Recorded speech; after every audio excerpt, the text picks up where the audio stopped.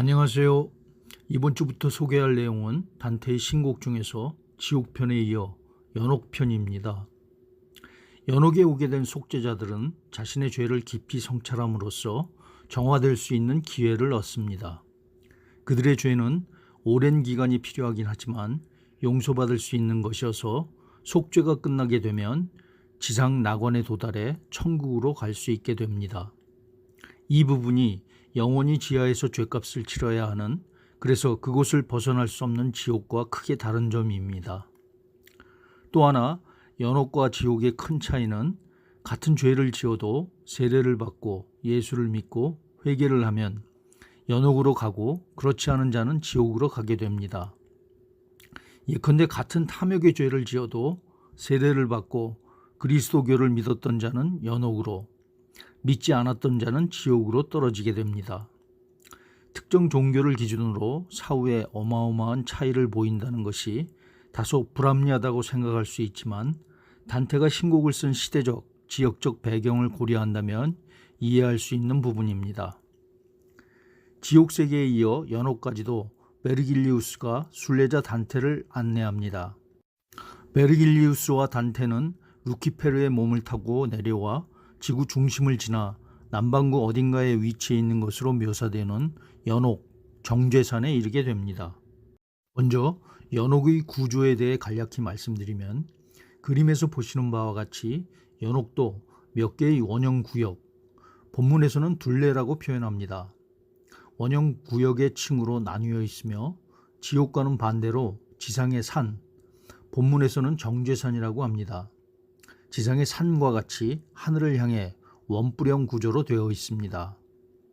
교만, 질투, 분노, 나태, 탐욕, 탐식, 색욕 등 총 7개의 둘레로 구성되어 있으며, 맨 아래 전 연옥과 맨 위층에 지상 낙원, 에덴 동산입니다. 맨 위에 지상 낙원이 있습니다. 이제 나는 인간 영혼이 정화되고 천국에 오를 준비를 하는 이 두 번째 왕국을 노래하려 한다. 여기서 나는 작가 단테를 의미합니다. 수평선에 이르기까지 깊은 청아함에 휩싸인 하늘, 그 하늘에 평온이 잠긴 동쪽의 감미로운 사파이어 색채가 내 눈을 다시 싱그럽게 해주었다. 나의 눈과 가슴을 슬프게 만들었던 죽은 공기에서 벗어났으니 나의 눈에는 기쁨이 되살아났다. 여기서 나는 순례자 단테를 의미합니다. 오른쪽으로 몸을 돌려 다른 극을 바라보니 최초의 인간들 외에는 누구도 보지 못한 4개의 별이 보였다. 여기서 최초의 인간들은 아담과 이브를 의미합니다.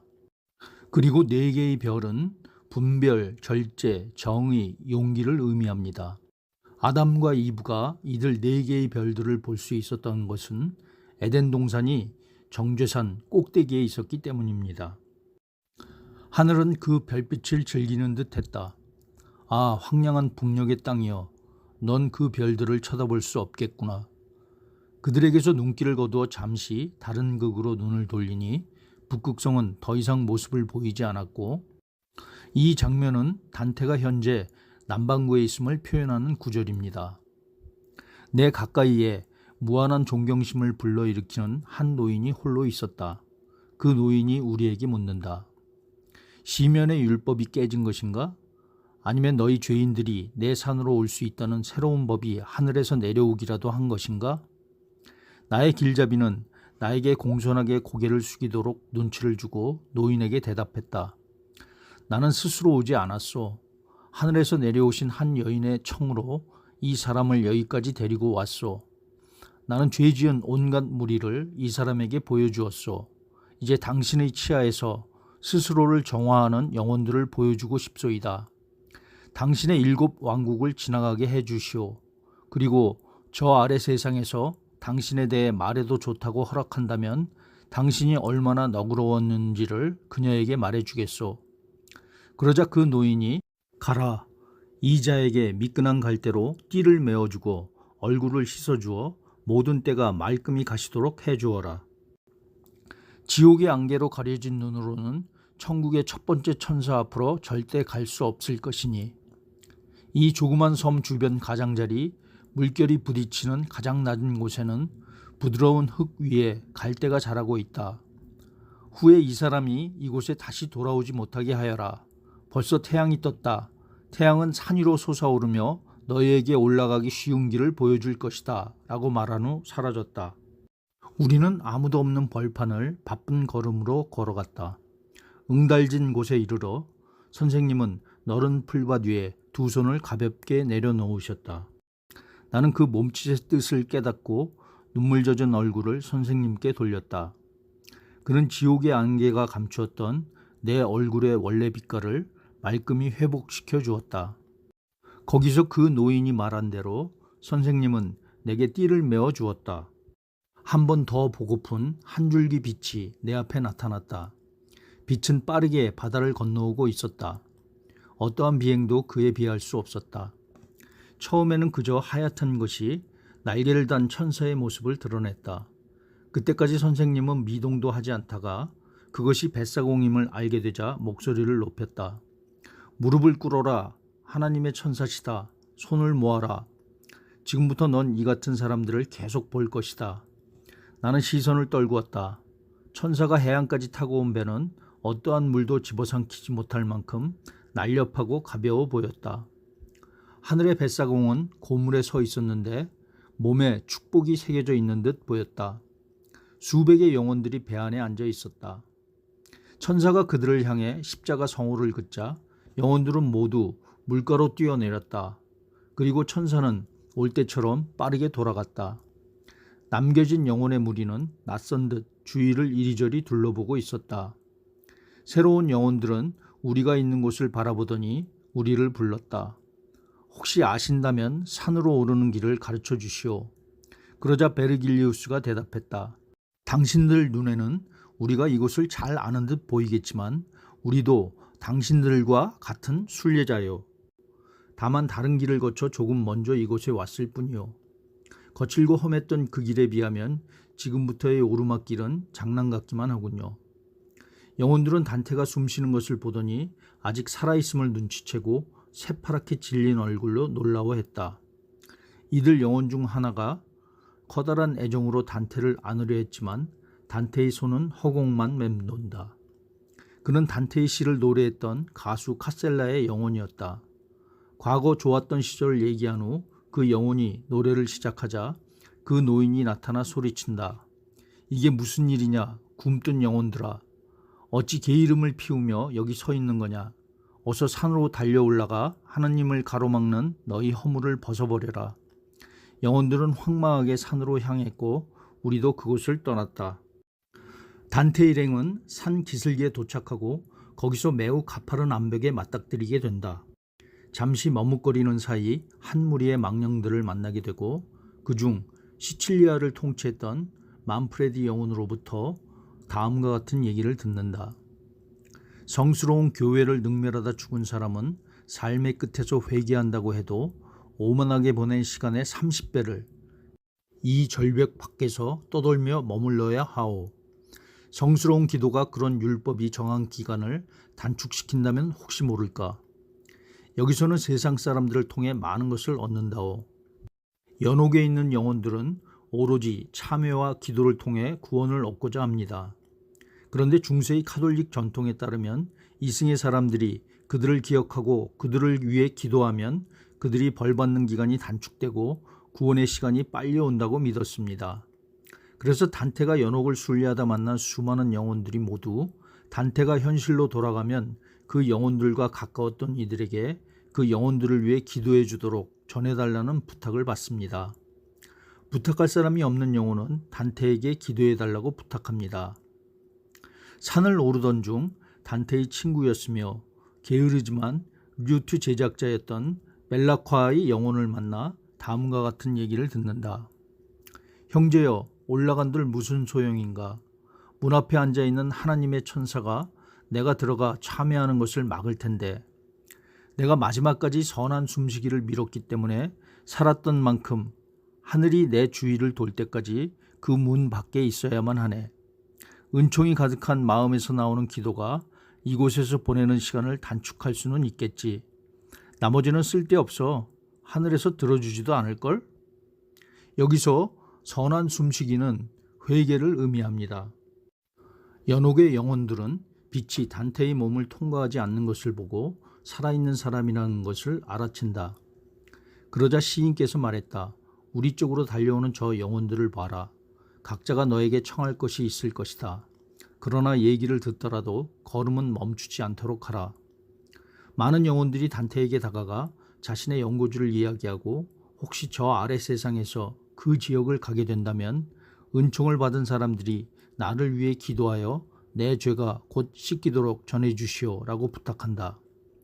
단테는 그에게 부탁하는 수많은 영혼들의 무리에 둘러싸여 있게 되어 이리저리 얼굴을 돌리며 그들에게 약속해 주면서 나갈 길을 터야 했다.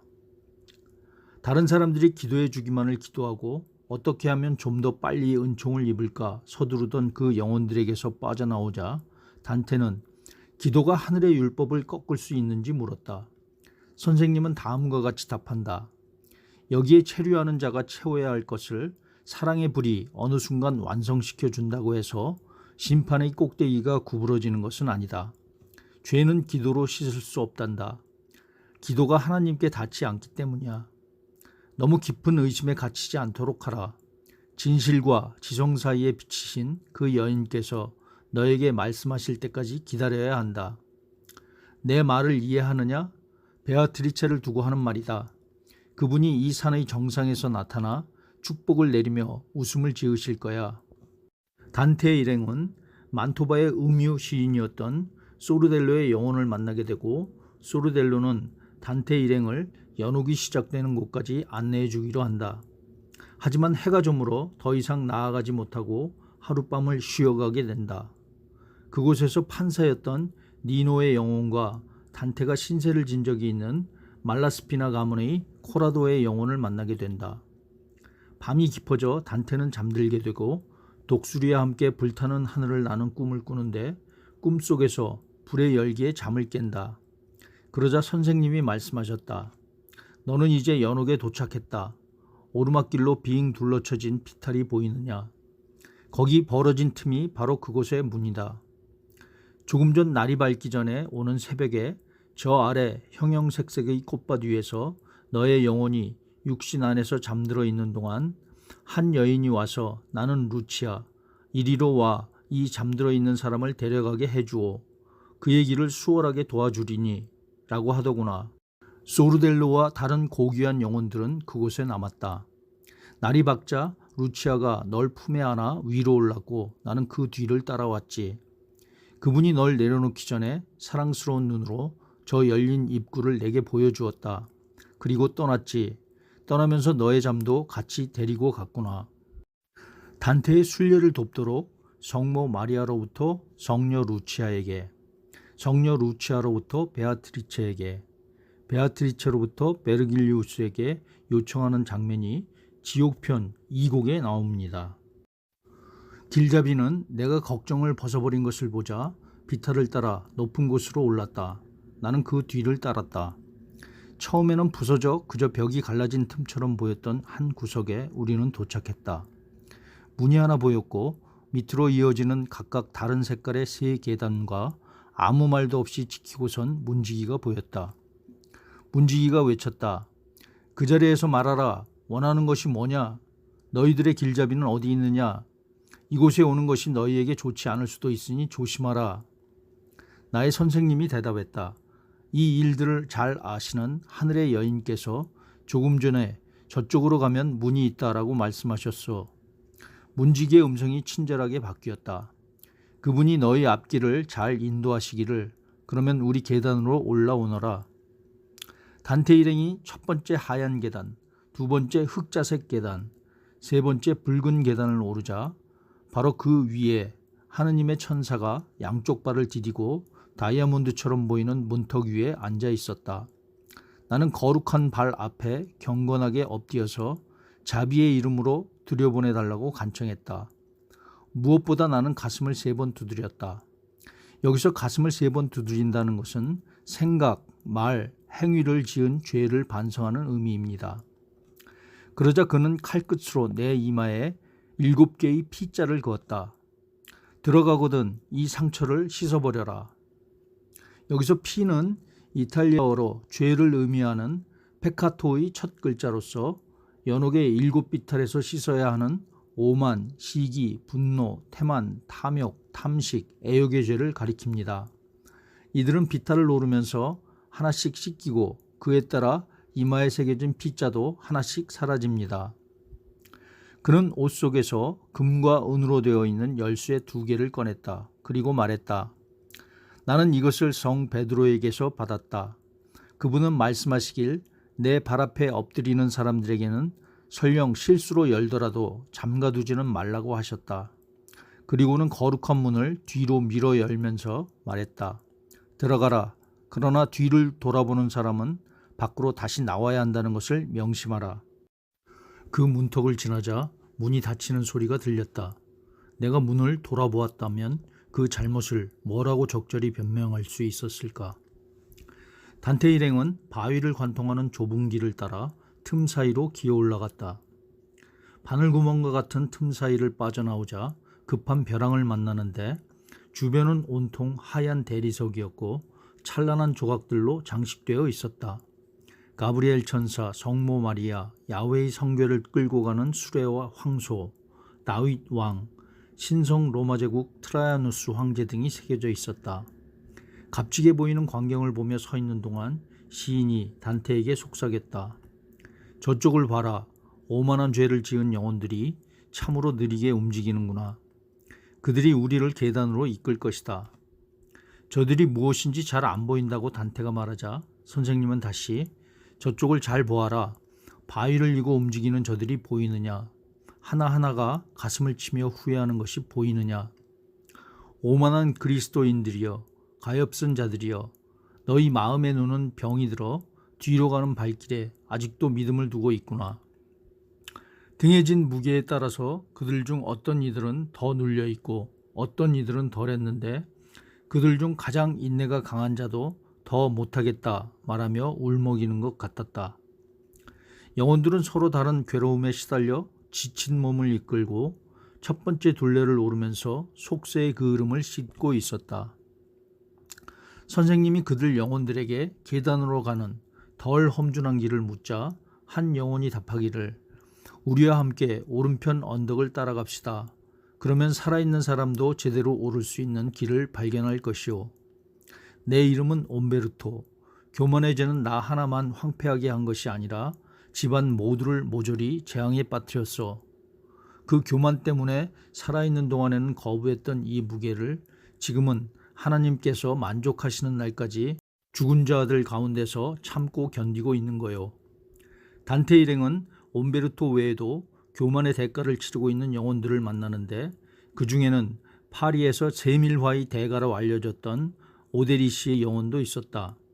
단테가 오데리시를 알아보자 그는 속세의 명성이라 지나가는 한 줄기 바람에 지나지 않으니 이 길 저 길로 옮겨 다니다가 방향이 바뀌는 대로 이름도 바뀌게 되는 법이요. 단테 일행은 이후 팀브라이오스, 그리스 신화에서 아폴론입니다. 팔라스, 그리스 신화에서 미네르바입니다. 니무롯, 바벨탑을 세우려고 했던 인물입니다. 그 밖에 니오베, 사울, 아라크네, 르호보암, 알크마이온, 사네립, 홀로페르네스 등 성경이나 신화에 나오는 수많은 교만한 자들의 영혼을 보면서 걸었다. 한 천사가 바위가 부서진 곳으로 우리를 이끌었다. 거기서 날개로 나의 이마를 쳤고 이어 갈 길이 안전함을 약속했다. 산 정상으로 가는 길에는 잘 깎인 바위 계단들이 있었다. 우리가 그 계단을 향해 걸어가는 동안 마음이 가난한 자는 복되도다 라는 노래가 감미롭게 들려왔다. 아, 그 통로는 지옥의 그것과 얼마나 달랐던가. 저 아래에서는 끔찍한 통곡 소리와 함께 들어갔지만 이곳에서는 노래와 함께 들어간다. 어느덧 우리는 거룩한 계단을 오르고 있었다. 이전에 평지에 있었을 때보다 몸이 한층 가벼운 느낌이 들었다. 단테가 물었다. 선생님, 무슨 무거운 것이 제게서 없어졌습니까? 계속 올라가도 힘겹지가 않습니다. 그러자 선생님이 답했다. 내 이마 위에 아직 희미하게 남아있는 P자들이 방금 하나 지워졌듯이 앞으로 완전히 지워질 때 너의 발길은 선한 희망과 함께 더 가벼워질 것이다. 오르는 길이 무겁게 느껴지지 않고 오히려 즐거워질 것이다. 우리는 계단 꼭대기에 있었다. 오르는 사람의 죄를 씻겨주는 산이 두 번째로 잘린 곳이었다. 이 단지는 산을 둘러싸고 있었다. 우리가 지나쳤던 첫 번째와 같은 꼴이었다. 이번 단지가 좀 더 날카롭게 구부러져 있긴 했다. 선한 선생님이 말했다. 이 단지에서는 질투의 죄를 응징한다. 그렇기에 여기서 사용되는 채찍은 사랑에서 나오는 것이다. 제갈은 사랑의 반대소리를 낸다. 내 생각에 용서의 길목에 다다르기 전에 너는 그 소리를 들을 것이다. 채찍과 제갈은 연옥에서 죄를 정화하는 두 가지 기본 방법들입니다. 이제 허공을 가로질러 앞을 봐라. 잘 보면 저쪽 절벽에 등을 기대고 늘어서 있는 사람들이 보일 것이다. 나는 눈을 커다랗게 뜨고 앞을 바라보았다. 내가 그들 가까이 다가가서 그들이 견디고 있는 고통을 내 눈으로 보자 나의 눈에서는 큰 고통의 눈물이 흘러내렸다. 그들이 걸친 옷은 초라하기 짝이 없었다. 서로의 머리를 서로의 어깨에 의지하였고 모두가 절벽에 기대어 있었다. 장님은 태양을 즐길 수 없는 것처럼 이곳의 망령들에게 하늘의 빛은 그 광휘를 허락하지 않으려는 듯 날아가지 않도록 길들이는 새로 포획된 야생의 매처럼 그들의 눈썹은 모조리 철사로 뚫려 꿰매져 있었다. 그곳에서 단테가 한 영혼에게 말을 걸자 자신은 사피아라고 하며 사연을 말한다. 역으로 사피아가 단테에게 누구인지 묻자 단테는 다음과 같이 말한다. 내 눈도 여기서 빼앗기겠지만 잠깐일 거요. 내 눈은 질투의 죄를 거의 저지르지 않았기 때문이요. 내 영혼을 짓누르는 더 큰 두려움은 방금 거쳐온 단지의 영혼들이 지은 죄, 교만일 테니 그들이 지고 다니는 무게가 느껴진다오. 그 후 단테 일행은 질투로 피가 끓는 귀도 델 두카의 영혼과 리니에리의 영혼을 만난다. 선생님, 이게 무엇입니까? 저 빛이 우리 쪽으로 오는 것 같은데 그런 밝은 빛에 제 눈을 가릴 방법이 없습니다. 하늘의 가족에 눈이 부신 것이니 너무 놀라지 마라. 우리를 오르게 하려는 분이시다. 우리는 축복받은 천사 앞에 섰다. 그는 기쁜 음성으로 말했다. 이 길로 가면 아래의 계단들보다 덜 가파른 계단으로 이어지리라. 벌써 우리는 그를 지나쳐서 계단을 오르고 있었다. 그때 자비를 베푸는 자들은 복되도다와 질투를 이긴 자여 즐거워하라 라는 노랫소리가 뒤에서 울려왔다. 선생님이 내게 말했다. 넌 베아트리체를 만날 것이고 그분께서 너의 바라는 마음을 채워주실 것이다. 다만 2개의 상처가 먼저 지워졌듯이 고통을 통해서만 아무는 5개도 이제 빨리 사라지도록 온 힘을 다하여라. 지옥의 어둠이라도 혹은 검은 구름이 자욱하게 낀 불모의 하늘 아래 모든 별이 힘을 잃은 밤의 어둠이라도 우리 주위에 쏟아져 내리는 그 연기처럼 내 얼굴을 두꺼운 장막으로 감싸지는 않았을 것이며 그렇게 힘겹고 거칠지는 않았을 것이다. 그 어둠은 눈을 뜬 채 견뎌내기가 몹시 어려웠기에 나의 현명하고 믿음직스러운 길잡이께서 가까이 다가와 어깨를 내밀어 주셨다. 나는 선생님에게 바짝붙어 걸으면서 수많은 목소리들을 들었다. 그 모든 것들이 우리의 죄를 씻어주는 하나님의 양에게 자비와 평화를 내려달라고 기도하는 것 같았다. 선생님, 이 소리는 망령들이 내는 것입니까? 바로 그렇다. 망령들이 분노의 죄를 씻고 있는 거란다. 그때 단테 일행에게 접근한 한 영혼에게 단테는 자신의 사정을 이야기한다.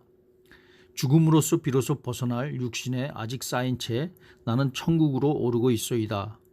지옥의 고통을 통과해서 이곳까지 왔지요. 그리고 나서 다시 그 영혼에게 당신은 죽기 전에 누구였는지 말해주시오.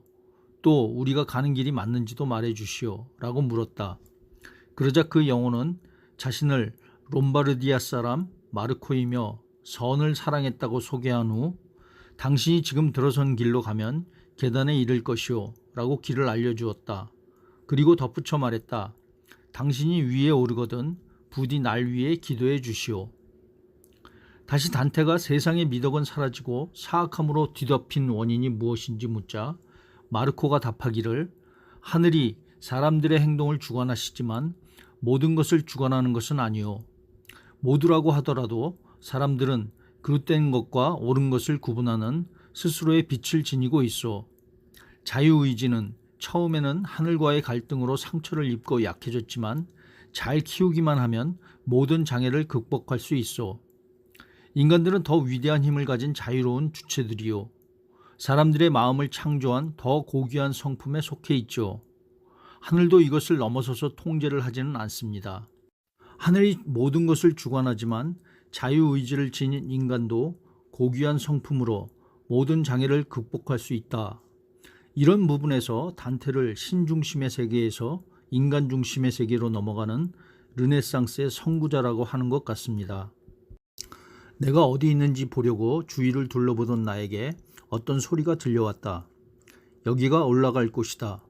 이 소리는 다른 생각들을 머리에서 몰아냈다. 그분의 부르심에 발을 맞춰서 빛이 있을 때 서둘러 올라가야 하겠다. 어두워지면 오를 수 없을 터이니. 더 오를 수 없는 마지막 계단까지 올라가서 우리는 마치 나루토에 이른 배처럼 꼼짝 않고 있었다. 인자하신 아버지, 이 단지에서는 무슨 죄를 지은 망령들이 죄를 씻는지요? 발길은 멈추었지만 가르침은 멈추지 마소서. 선을 사랑했으나 태만하여 이행하지 못하고 여기서 다시 추구하는 거야. 한때 나태했던 노젓기를 이제 열심히 하는 것이란다.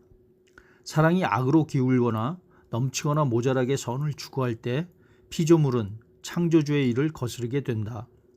사람들은 누구나 마음을 쉬게 해주는 선을 모호하게나마 알고 추구하면서 그런 목표에 다다르기를 열망하지. 그러나 그런 미적지근한 사랑으로 그 목표를 이루려 했던 사람들이 바로 이 단지에서 참여를 한 뒤 벌을 받는 것이다. 갑자기 등 뒤까지 따라온 영혼들의 소리가 들렸다. 내 보기에 우리 등 뒤의 영혼들은 선한 의지와 사랑의 채찍질에 몰려 둑을 돌아서 마구 달려오고 있었다. 그 거대한 무리의 망령들은 금방 우리를 따라잡았다. 그러자 길잡이가 그들 망령들에게 묻는다. 이보시오, 아마도 선을 행하는데 미적지근했던 사랑이 저지른 게으름과 미루는 버릇을 이제야 불꽃 같은 열정으로 씻어내려는 영혼들이여. 이 살아있는 사람이 날이 터오면 저 위로 올라가려 하니 가장 가까운 길을 우리에게 알려주시오. 그러자 망령들 중 하나가 대답했다. 우리 뒤를 따라오시오. 그럼 당신 스스로 길을 찾을 것이오. 우리는 멈출 수가 없어. 달리고 싶은 욕망이 우리를 이렇게 계속 달리게 만든다오. 우리 행동이 무례해 보여도 용서하시오. 그렇게 말하던 망령은 벌써 우리 곁을 스쳐 멀어져 갔다. 필요할 때면 언제나 도움을 주시던 선생님이 말했다. 나태를 물어 뜯으면서 뛰어가는 저 두 망령들을 봐라. 바위가 갈라져 생긴 오르막길을 통해서 마침내 다음 단지 위로 올라섰다. 5번째 단지에 섰을 때 나는 바닥에 넙죽이 엎드려 얼굴을 숙인 채 눈물을 흘리는 영혼들을 보았다. 내 영혼이 바닥에 붙었다. 무거운 한숨과 함께 저들의 말이 들릴 듯 말 듯 들려왔다. 하느님께서 내리신 고통을 정의와 희망으로 참고 있는 하느님의 선택된 영혼들이여, 더 높은 계단으로 이르는 길을 알려주시오.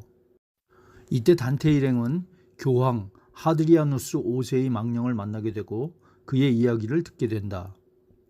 그때까지 난 비참한 영혼이었소. 하느님으로부터 버림받은 탐욕의 노예였소. 보시다시피 지금 여기서 그 벌을 받고 있어. 여기서 그때란 교황이 될 때까지를 의미합니다. 탐욕이 무슨 짓을 하는지는 이렇게 바닥에서 회개하는 영혼들의 정죄 속에서 밝혀지는데 이 산에서 그보다 더 가혹한 죄는 없는 것 같소. 정의의 힘은 우리의 손과 발을 바닥에 단단히 묶어둔 것이오.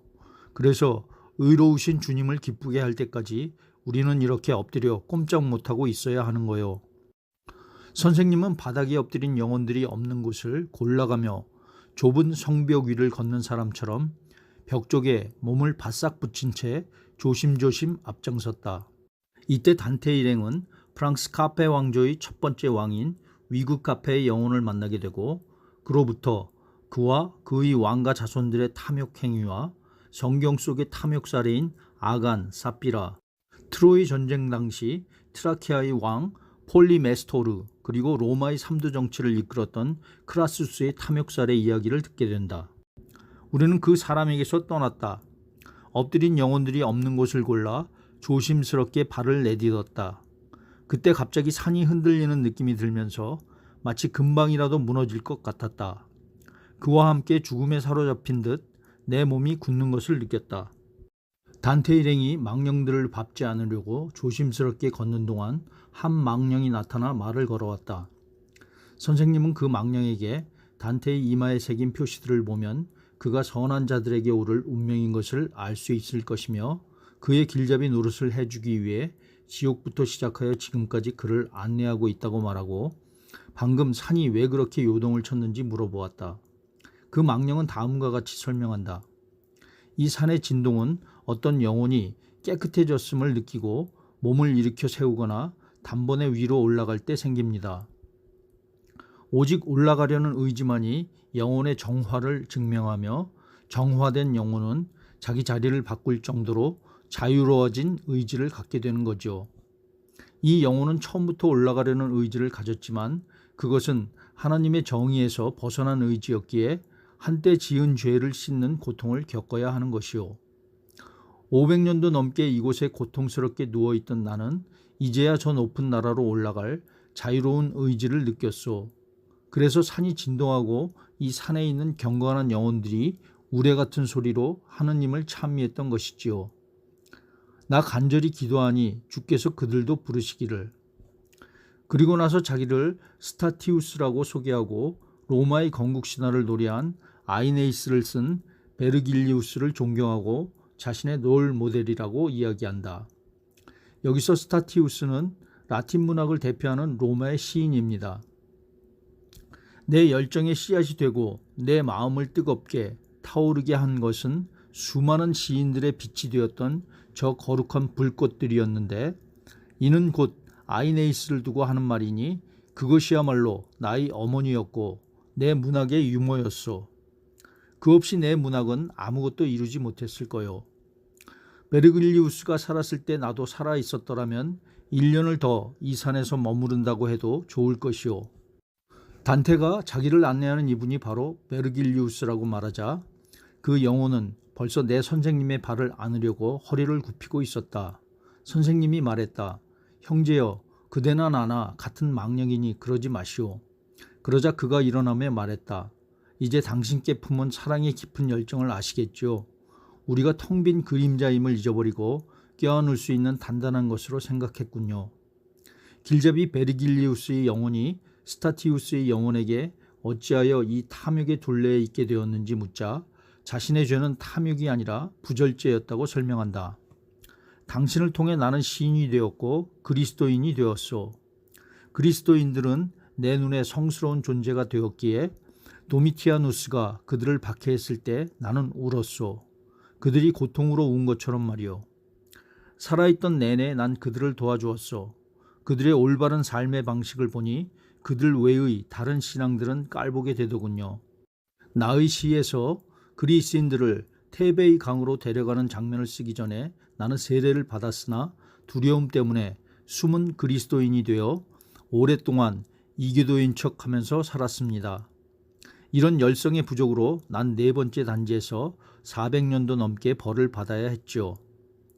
그리고는 스타티우스가 예수 이전 시대에 살았던 많은 그리스 로마의 존경하는 시인들의 영혼이 지금 어디에서 지내고 있는지 묻자 베르길리우스는 지옥의 첫 번째 마당인 림보에 있다고 얘기해 준다. 이때부터 스타티우스는 단테 일행과 동행하게 된다. 앞장서서 가는 그들 뒤를 따르며 나는 그들이 주고받는 얘기에 귀를 기울였고 시를 짓는 기술에 대해 배웠다. 길잡이가 말했다. 오른쪽 어깨를 밖으로 향하고 가야 할 것 같소. 지금까지 이 산을 돌았던 대로 말이오.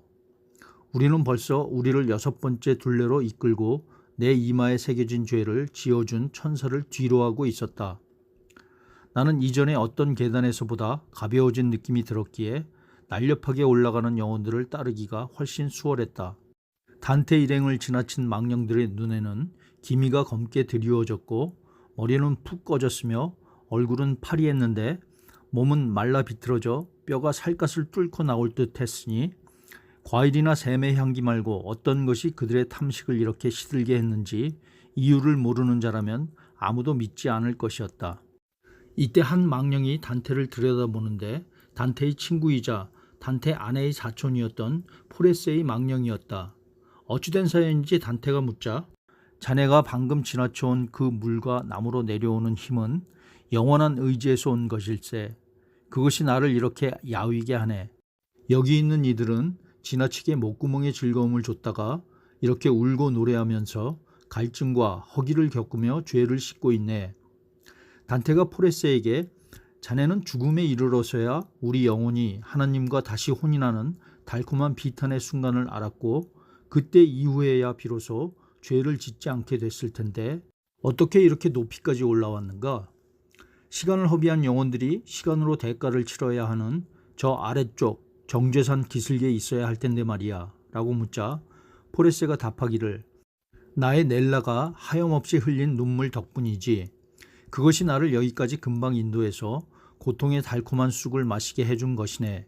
아내는 경건한 기도와 한숨으로 영혼들이 기다려야 하는 산 기슭에서 나를 들어올려 다른 둘레들을 다 그냥 지나치게 했지. 내가 너무나 사랑했던 나의 소중한 과부가 선을 행하는데 특별하면 할수록 주님께는 한량없이 사랑스럽고 기쁜 존재가 된 것이지. 포레스의 영혼은 다른 탐식한 망령들을 알려주고는 호련히 떠나간다.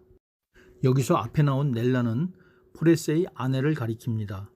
우리는 이제 마지막 구비에 도착했다. 늘 그랬듯이 오른쪽으로 돌아서면서 우리의 마음은 다른 것에 쏠리고 있었다. 둔덕 안쪽에서는 불꽃이 밖으로 뻗어나갔고 바깥쪽 가장자리에서는 바람이 불어 덮초와 불꽃들을 안으로 몰아넣으며 좁은 길만을 남기고 있었다.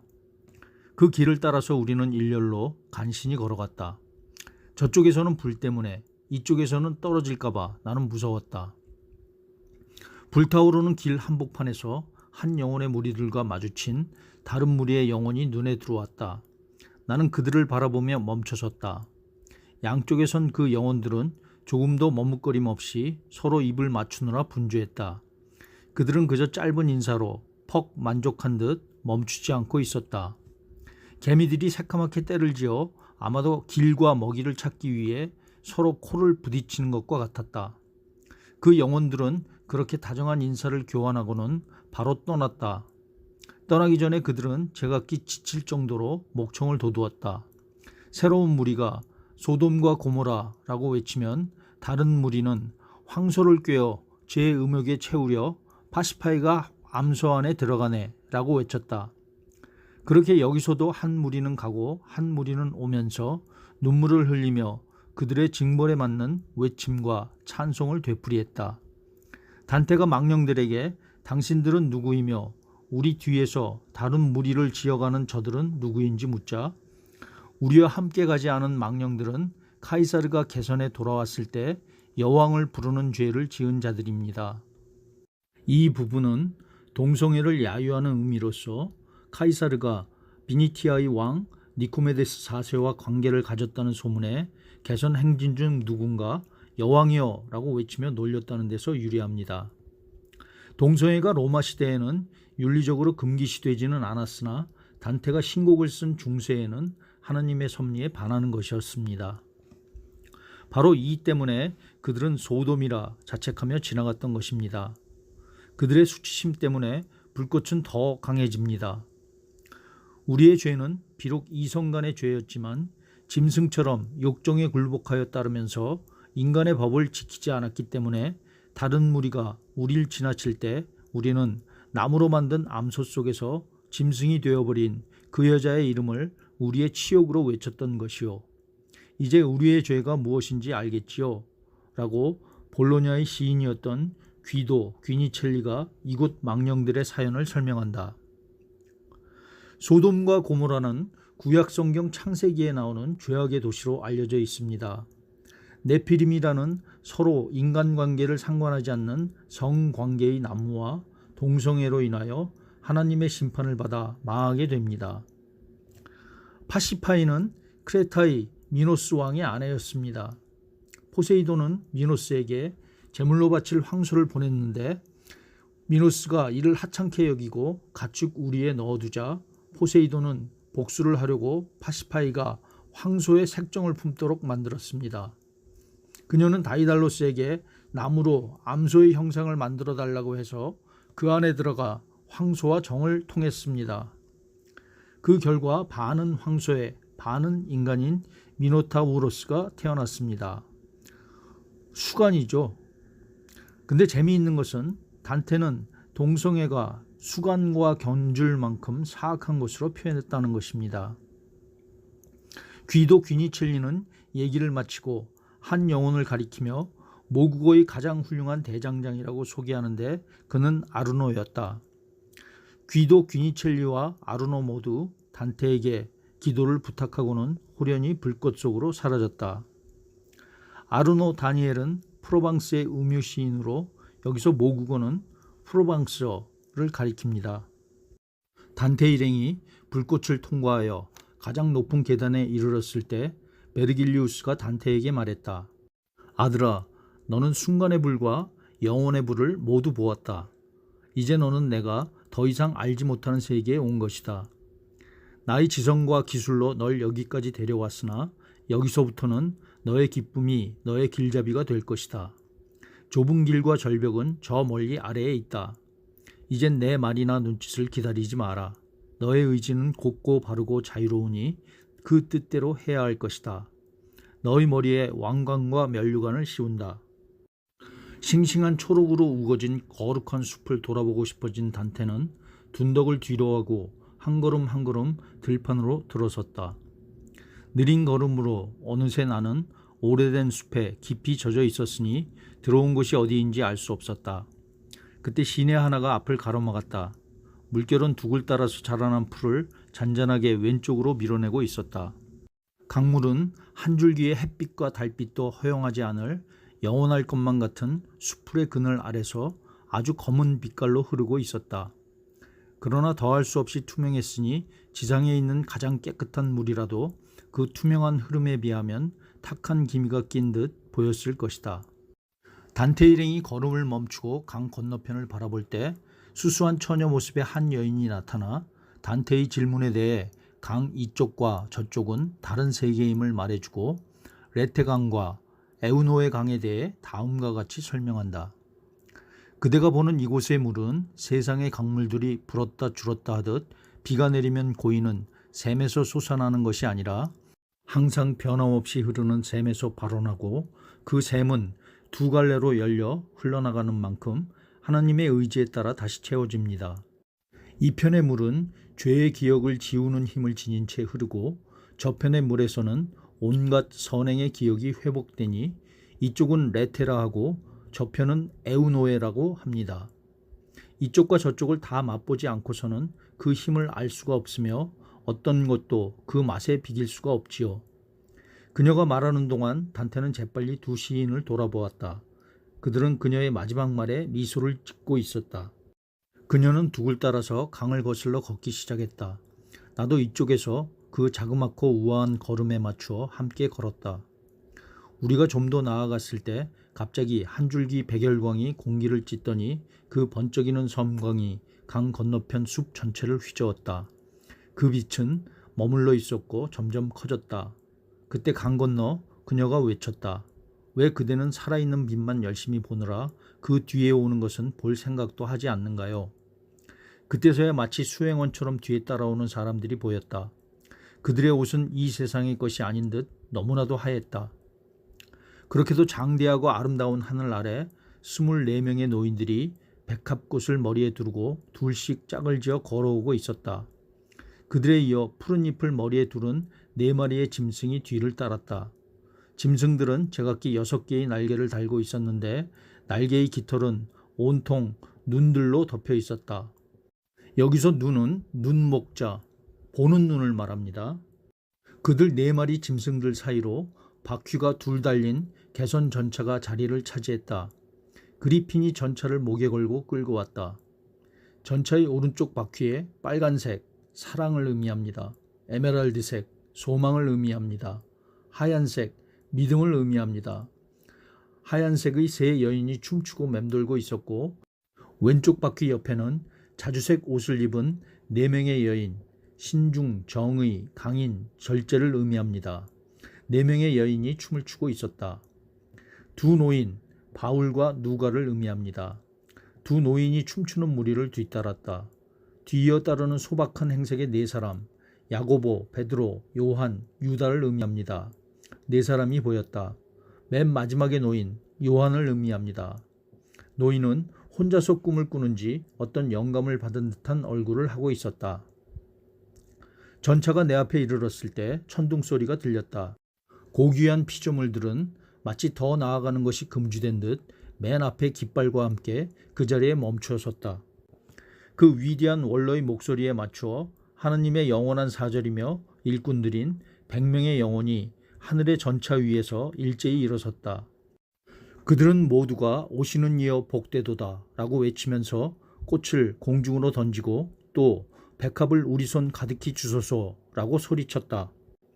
한 여인이 모습을 드러냈다. 그녀는 하얀 너울 위에 올리브로 관을 하였고 푸른 망토 아래로는 영원한 불꽃에 붉은색이 드러나 보였다. 베아트리체를 본 감동을 베르길리우스에게 말하려고 왼편으로 돌 때 이미 베르길리우스는 호련히 일행을 떠난 뒤였다. 베아트리체는 말한다. 날 보세요. 나 정말 베아트리체이니. 그대는 마침내 산을 올랐군요. 여기에 인간의 행복이 놓여 있는 것을 이제 알았나요? 내가 당신들께 말하지만 내 목적은 저편 강둑 위에서 울고 있는 사람이 진실을 알게 하고 죄를 참회로 바꾸게 하려는 거예요. 나는 기도했어요. 꿈을 통해. 또 다른 수단으로 그에게 영감이 가도록. 하지만 그를 불러보려는 노력이 허망하게도 그는 정말 무심하기만 했어요. 그는 시면으로 빠져들었고 마침내는 그에게 길 잃은 사람들을 보여주는 것밖에는 그의 영혼을 구할 다른 길이 없었지요.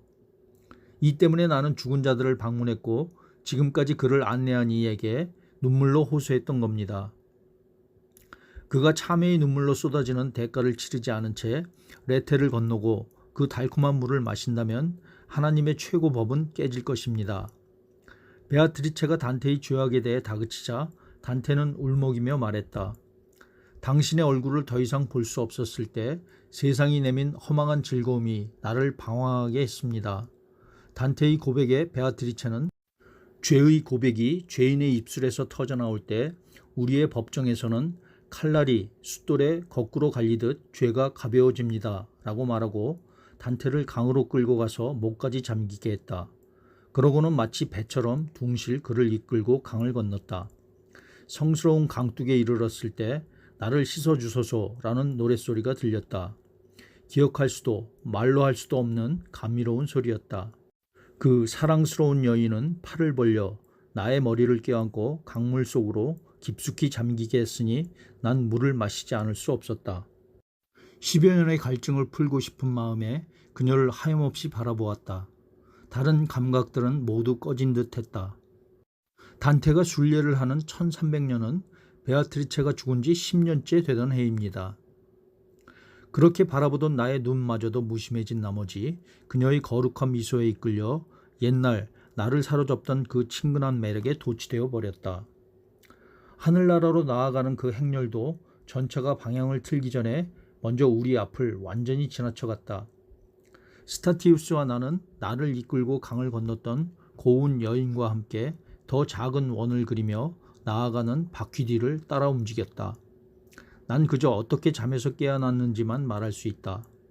눈부신 한 줄기 빛이 잠의 너울을 찢고 나를 부르고 있었다.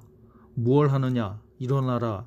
바로 그렇게 나는 잠에서 깨어 아까 강둑을 따라 나를 인도하던 자애로운 여인이 나를 굽어보고 있는 것을 보았다. 걱정이 되어 나는 물었다.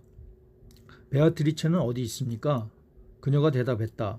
새로 돋은 잎들 아래 나무 둥치에 앉아 계신다오. 단테를 보자 베아트리체가 말했다. 그대는 잠시 이 숲에 머물다가 그리스도께서 로마인으로 계시는 저 로마의 시민으로 영원히 나와 함께 살게 될 것입니다. 여기서 로마는 천국을 의미합니다. 이제 그대 세상의 죄인들을 돕기 위해 지금부터 저 전차를 잘 봐두었다가 돌아가서 그대가 본 것을 글로 쓰세요. 그렇게 베아트리체가 말했다. 나는 그녀의 명령에 충실하고 싶었기에 그녀가 원하는 곳으로 마음과 눈을 경건하게 모았다. 그리고 단테는 제우스의 새 또는 독수리, 로마 제국을 의미합니다. 그리고 여우, 교회 내부의 이단 세력을 의미합니다. 황금 깃털, 교회의 재물을 의미합니다. 용, 모하메드를 의미합니다. 그리고 새 머리에 난 황소뿔, 교만, 질투, 분노와 같은 정신적 죄를 의미합니다. 네 머리에 난 외뿔, 탐욕, 나태, 탐식, 색욕 같은 육체적 죄를 의미합니다. 등이 나무, 하나님의 정의를 의미합니다. 나무와 전차, 교회를 의미합니다. 전차를 해치는 광경을 보게 된다. 베아트리체는 7 여인을 앞세우고 남아있던 현자와 여인과 나에게 눈짓을 하여 자기 뒤를 따르게 했다. 여기서 현자는 스타티우스를, 여인은 마틸다를 의미합니다. 그리고 죄를 지은 자에게 하나님의 복수는 반드시 이루어진다고 말하고 자신이 말한 것을 잘 기억하여 그저 죽음으로 내달리는 삶을 사는 저 세상 사람들에게 잘 가르쳐주라고 부탁한다. 마지막으로 베아트리체는 마틸다에게 다음과 같이 명한다. 우리 앞을 흘러가는 에우노의 강을 보세요. 이 사람을 거기로 데려가서 약해진 그의 힘을 당신이 늘 하듯 다시 소생시키세요. 마틸다가 맡은 일은 영혼들을 에우노의 강물에 적셔 선행의 기억을 회복시키는 일입니다. 이 더없이 성스러운 물에서 돌아왔을 때 나는 새로 돋아난 잎사귀와 새로워진 나무로 다시 살아나고 순수해져서 별들에게 올라갈 열망을 가다듬었다. 연옥편도 역시 별들이라는 단어로 끝을 맺음으로써 작품 전체의 목표이자 원동력인 하느님을 향해 올라가는 방향성을 강조하고 있습니다. 이상으로 단테의 신곡 중에서 2번째 연옥편에 대하여 말씀드렸고 다음 시간에는 마지막 천국편에 대해 얘기해 보겠습니다. 감사합니다.